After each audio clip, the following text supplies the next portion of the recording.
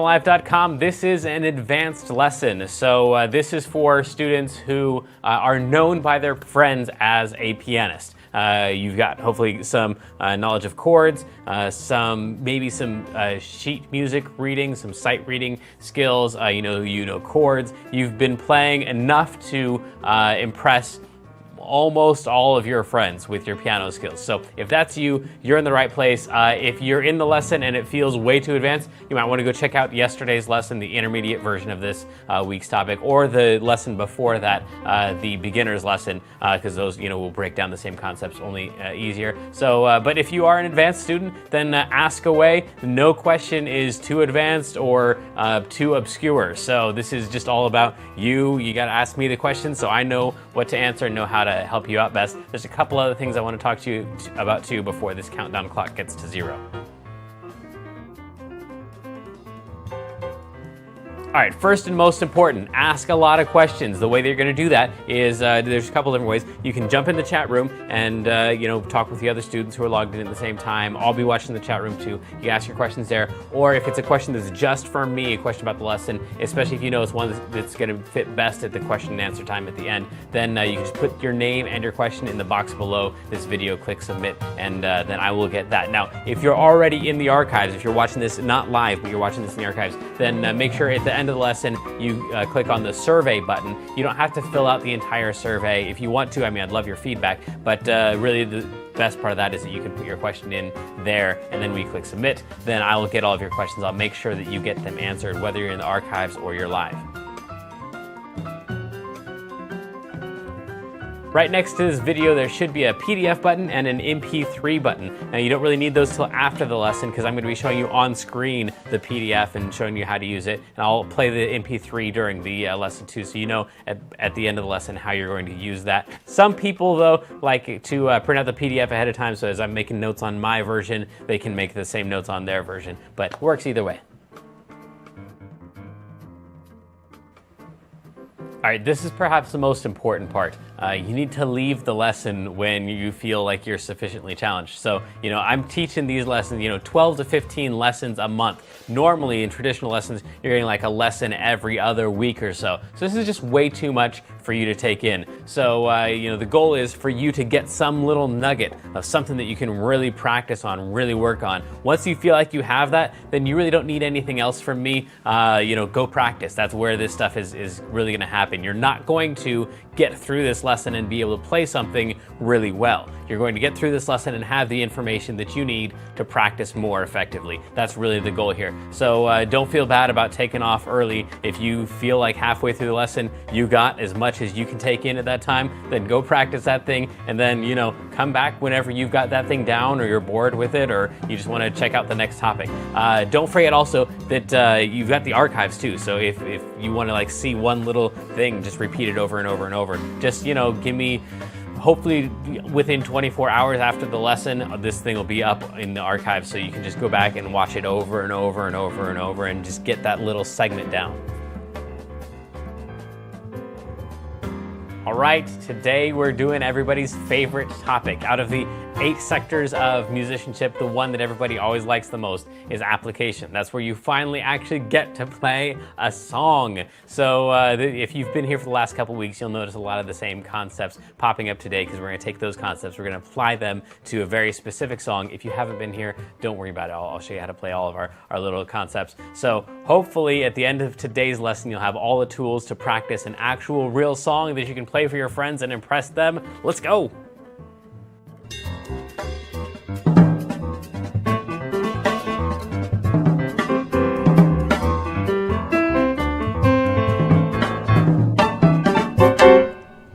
Welcome back, one and all. So this is the first time we've tried doing this type of a lesson. We're going to try writing a solo over I'm Still Standing. So in the past we've done the reharmonization stuff. I've gotten some really good feedback from you guys about that. So we're going to continue that in the future with incorporating all of your ideas from that. And then today there's this other thing, this solo writing thing that we're gonna take a swing at. Now the notes that you have on your PDF. Let's talk through your PDF because it's a little, let's not do that one. Let's do that. It's a little bit different than normal, of course.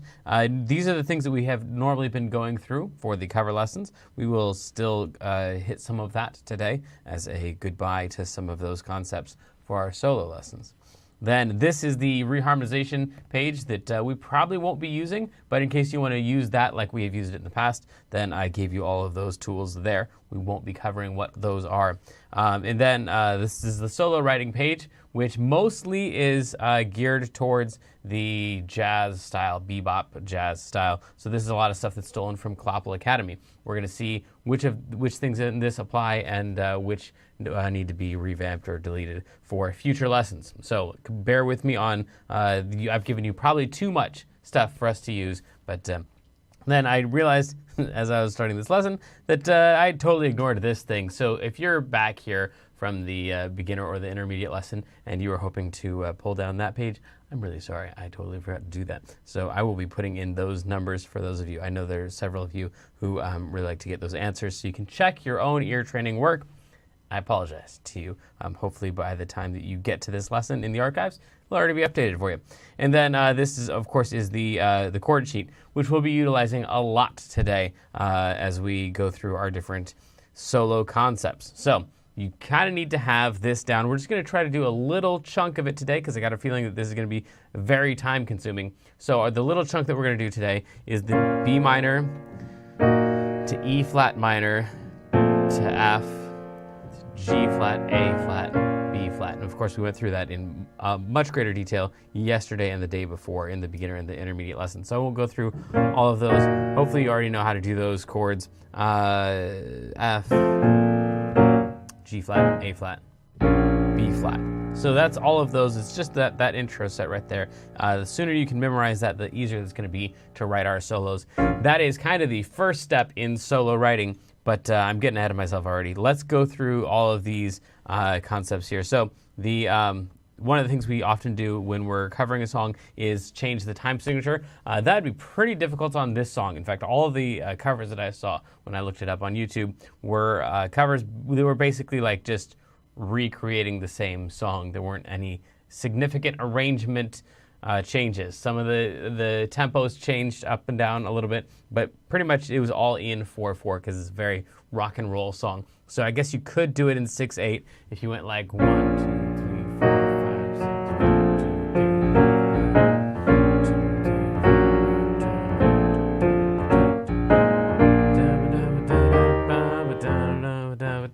but it really changes the feel of it a whole lot, which I guess, it's the point of a time signature change. Tempo changes.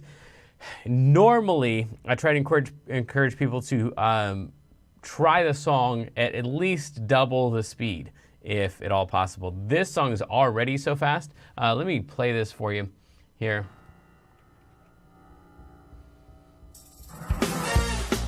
This is the normal speed. Double speed would be this.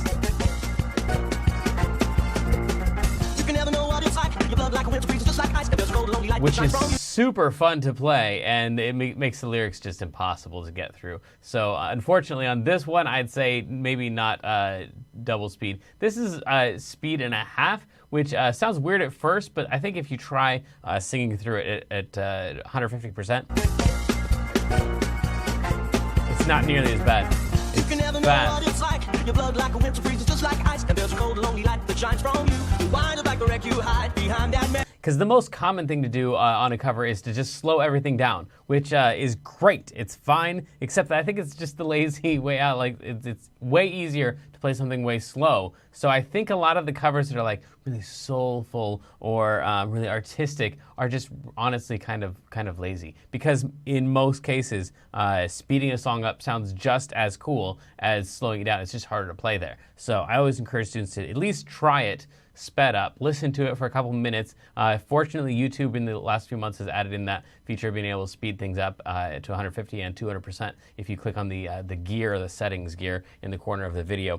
So you don't even have to have any special software or anything. Just click on those buttons, and then you can hear what it sounds like. And in most cases, at first it's like, whoa, that's way too fast. And then the more you listen to it, it's like, it's not too bad, actually. And did you think this one could never win? But look at me, I'm coming back again. I always do that.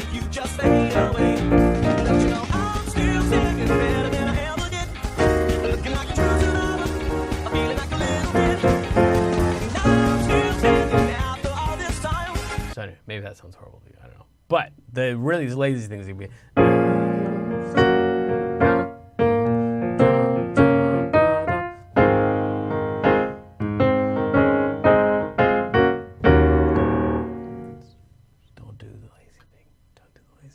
Tempo changes, so always try the faster first. And then voicings for this thing. It's a lot of gospel voicings, honestly, which just means put things in clusters for right now, and not getting into a whole lot more detail about that. I'm still standing.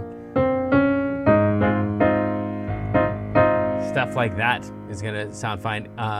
Yeah, if you try to cluster stuff together on this one, it's going to sound better than on most songs. Okay, we'll leave that alone. Reharmonization, which we're not going to do on the next page. And then soloing. That's what we're going to attempt today. And we're already 15 minutes into this thing and haven't even started it yet. So, in general, if we think about the language analogy for music, we're going to think of idioms or little tiny phrases, especially stolen phrases, are going to be the nouns of our solo. So those are going to be the most significant structural elements. Now, if you just say a sentence full of a bunch of nouns, it's not going to make any sense. It's going to sound like you just know a bunch of cool things that exist, and you're not actually going to be communicating anything. So you're going to need something to connect those, or something to give those movement or fluidity. That's going to be the scales that you use. So that's knowing all of your different modes, which we're not going to get into today because there's not time. But if you're in Clopple Academy and you're dealing with like major scales, minor scales, blues scales, pentatonic scales, and then all of your modes, the Ionian, the Dorian, the Phrygian, the Lydian, all that stuff is what you're going to use to connect those phrases. So let's just do a couple examples of those. So let's say our first phrase that we're going to use again, we've got the B minor to E flat, B flat minor to E flat minor. So let's say that our first phrase that we're going to use is, that's the first phrase that we'll use, just that little thing. And then the next phrase that we would use is just the same thing on the E flat. So that's 1, 2, 3, 1 of B flat minor, 1, 2, 3, 1 of E flat minor. Now that's like having two nouns that are next to each other, and we need something to connect those. So then we would go ba ba da ba ba da. That right there would be like an actual solo thing. You can see I've got the little idioms, and then connecting them in order to get from here to here. I just use that B flat minor scale, and then we'd play that. So we do that with him, and oh, I'm still way too fast. And probably for this, I'm going to go at half speed just so you can hear all the different things. I'll play it for you at full speed too, but I want you to be able to see and hear what each of these things we're talking about is. So here we go.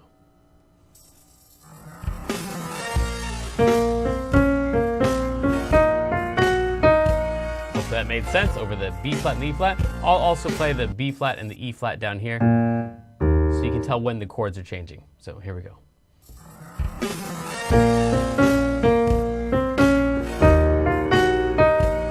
Cool. Now the bass note is actually still a B flat, so I'm not playing the bass of the song. I'm just indicating when the chords are changing with my left hand. I wouldn't recommend doing this. This is just for educational purposes down here, so you can see when the chord changes are. So now at full speed, we've got this thing right here. Ooh.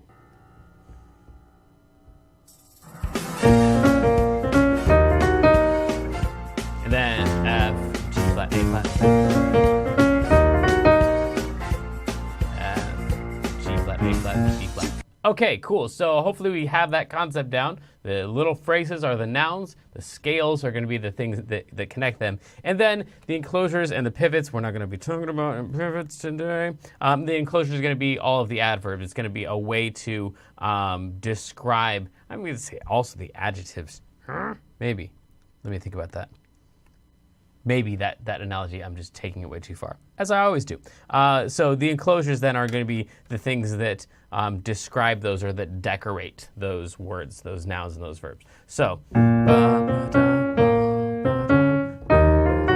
let's take one of those notes. This one, somewhat randomly. I do have a little bit of a pause here before this, so that makes this enclosure easier to do. So having that little tiny pause, we're going to fill in with an enclosure. An enclosure is just not playing the note that you are about to play. So I'm about to play that note. So an enclosure is just all about not playing that note, playing other notes that are around it, thus the word enclosure. So I'm going to try to enclose that note. I'm already coming up at that thing right there. So if I want to not hit this note, but enclose that note, I could play from here, I could jump to the other side of it, and then come down on that one. So that would make my solo something like, here's my lick, here's my scale, here's my enclosure, and then my next lick. So it's based on what are the licks, how do I connect those, and then how do I decorate some note in there.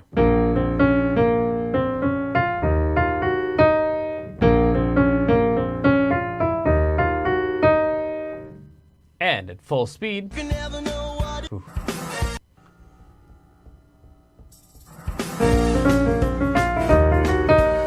Okay, so might not be your favorite solo so far, but this is kind of the thought process that goes into creating a solo in real time.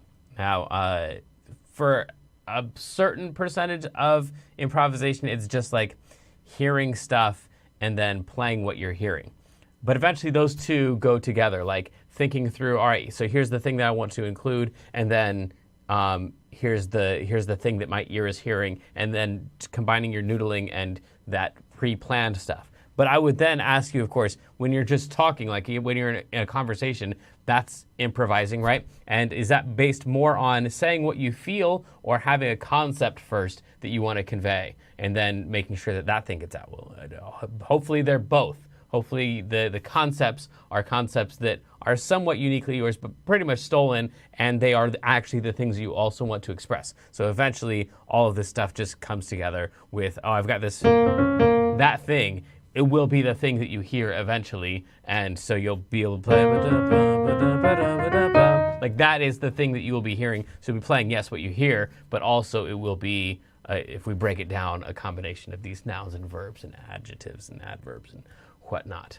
Okay, cool. So hopefully some of that makes sense. If so, we have already accomplished our goal of conveying some method of writing a solo. Let's go through some of this other stuff, though, because I don't know how to leave well enough alone. So then we, in addition to all of that, we can, this is going to be the most important one, and this is the one that I focus on every time we talk about solo writing, making sure that there's plenty of space. What's already wrong with this solo is that I'm taking all of the blank space, all of the empty pauses, and I'm filling them in with junk.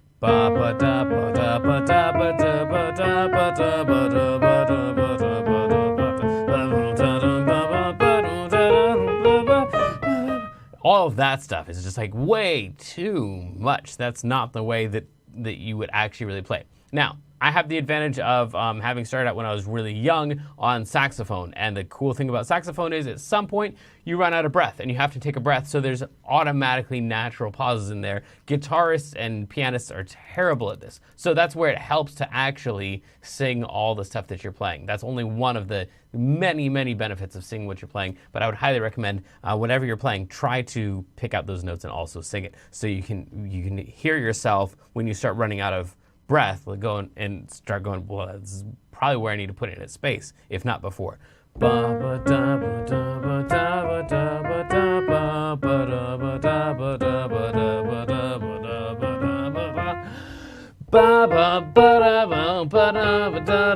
that stuff.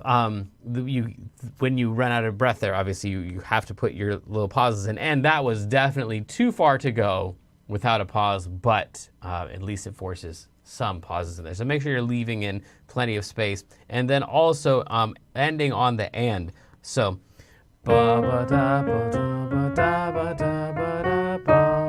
So this is a cool example. If we go 1 and 2 and 1 and 2 and 3 and 4 and 1 and 2 and 3 and 4 and I accidentally ended on an and right there just because I'm used to playing like that. But a more common solo would be something like 1, wrong, bad, solo.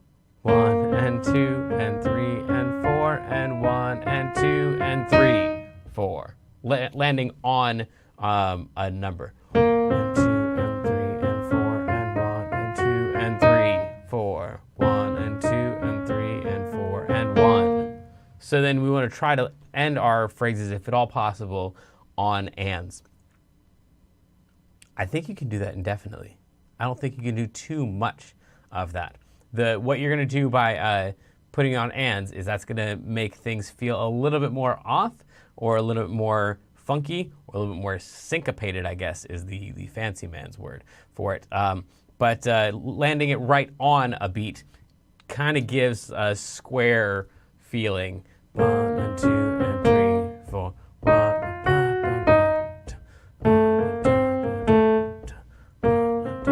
Those are all really just square, even, nicely finished phrases. And then if you want to put some jagged edges on there, you could end on the ands. 1 and 2 and 3 and 4. 1 and 2 and 3 and 4. 1 and 2 and 3 and 1 and 2 and 3 and 4 and. So ending on the ands is going to make it feel kind of more jumpy, more groovy or something like that. So ending on the ands, I have of 4 here, which is really the end of anything. Wherever your phrase is naturally ending, see if that's on a 1 or 2 or 3 or 4, and then either extend it by a note or take a note off.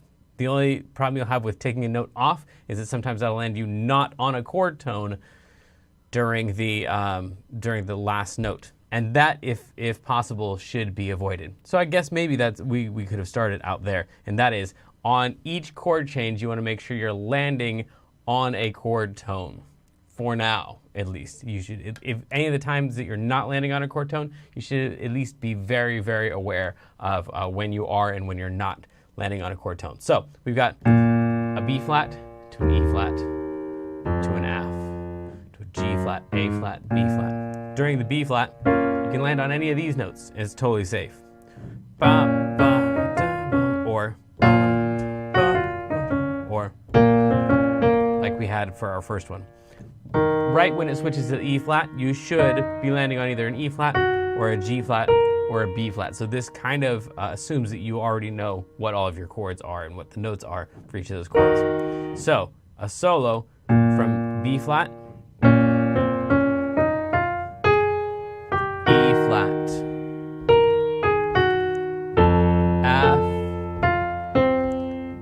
G flat, A flat, B flat, E flat, G flat, A flat, B flat. If you go back and watch any of that, repeat any of it, right when my left hand is changing, the note that my right hand is playing is one of the notes for one of the 3 notes from that chord. So that's going to be the most important part. It looks like we already have some questions. You know what? I think if we covered this and we talked about leaving space, we actually wrote out a few, not physically, but we actually created the solo for the beginning, the intro part, and we talked about ending on ands. Why don't you guys send me some feedback of that stuff already, and we're going to leave the rest of that page, actually, for another time. Let me know how that went, for fear of getting too far into the weeds on something that's already way too boring that we need to change. And then next week, we'll go back to like the reharmonization lesson for not next week, the week after. The next time we do a cover, we'll go back to the reharmonization stuff, since I feel like we already have some of that down. And then we'll maybe do like a live Facebook stream or something like that for another solo lesson once you guys give me some feedback about how that's going. And then once we have some more feedback from the public and from y'all, then we'll know how to do this solo writing stuff with more efficient, useful help. We'll make it more practical. That's the goal. All right, so then our progression of the day is going to be just this thing that's in this song already, where you have something that's in a minor key and you go 6, 7, 1. In this case, 1 is B flat, and then the 6 is G flat, A flat, B flat, minor. So then it's that. You can also do this though with major keys at the end, especially at the end of a song where you really want to give a whole lot of anticipation. You really want to build up the ending a whole lot. So even if this was a B flat major, you could still go G flat, A flat, B flat. And this might sound familiar because it's in a bunch of things. In my world, it's most significant in the video game Super Mario Brothers. That thing right there is flat 6 to flat 7 to 1 in a major key. But you can use it in anything. So if we use, I'm gonna not use Twinkle Twinkle Little Star this time. We'll use Amazing Grace, I think is a song that everybody knows.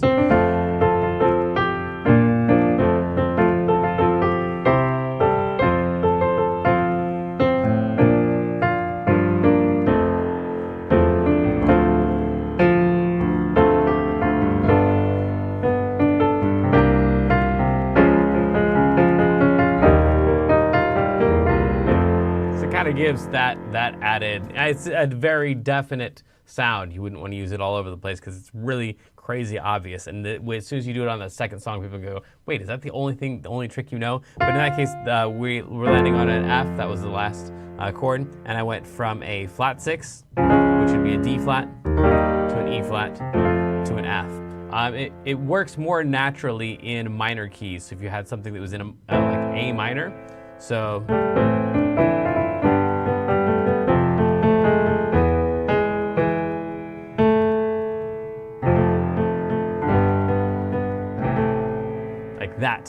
that's the same thing, 6 to 7 to 1 in a minor key, just because the 6 and the 7 are already in those keys, like they are for this song, where we go 6, 7, 1. Those the G flat, the A flat already in the key, so you can do that as many times as you want. And it doesn't sound nearly as Super Mario Brothers-esque when you do it in a minor key. All right, so our wrap up.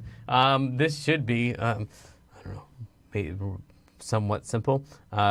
Idioms are nouns, so those little phrases are the nouns. The scales are the verbs, that's what connects those concepts, those ideas, and then after you do all that, you can add in enclosures, and that's going to make the whole thing just feel nice and decorated and smooth. And then we talked about making sure that you leave plenty of space. Singing helps with that a whole lot. And then we also talked about ending on the and of a beat instead of just always landing on the numbers, the 1, the 2, the 3, and the 4, because that's the most common place for beginning musicians to end, is just right squarely on a beat. It's a comfortable place to end. So try to not end where it's most obvious and where it's most comfortable for you. I think that's the whole lesson. And then we gave some examples of that. We ended up with these two phrases. Oh, we also talked about starting on, yeah, we'll put that over here. Start, change, on, chord, tone. There we go. So it's making sure that on each chord change, you are starting that chord, your solo lands on a chord tone right on that change. Okay, cool. That's the whole thing. Let's get to your questions. If you have not already, please put those in the box below the video. Looks like we have a couple here. We've got, what is the key I can use for the whole song? Man. If you mean the note you can use, like the key on the piano, it'd be like a B flat and an F. Those are going to sound good pretty much through the whole entire thing. Other than that, man, there's not one. There's not a key for the whole thing. We talked yesterday about how half the song is in B flat minor and how half the song is in B flat major and what the difference is between those two. So if that didn't make any sense to you, then maybe it's because I didn't say it well, or maybe it's because you need to go back and check out the lesson yesterday on B flat minor and B flat major. But yeah, other than that, there's not really a key that you can use to the whole thing. I'm sorry. Question number 2, can I use the blues scale on this song? Yeah. Yes. You can. I was gonna say you can use the blues scale anywhere. It's gonna sound bluesy, which should go without saying. But yeah, you could use the blues scale on the whole thing. Yeah, I wouldn't use it as much on the verse parts, the parts that are in B flat major.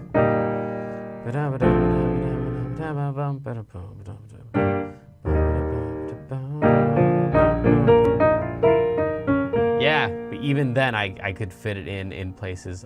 So yes, you can use the blues scale. Just know that it's going to sound bluesy, and if you just sit on that one blues scale for the whole thing, it might sound a little bit worn out by the time you get to the, second verse or so.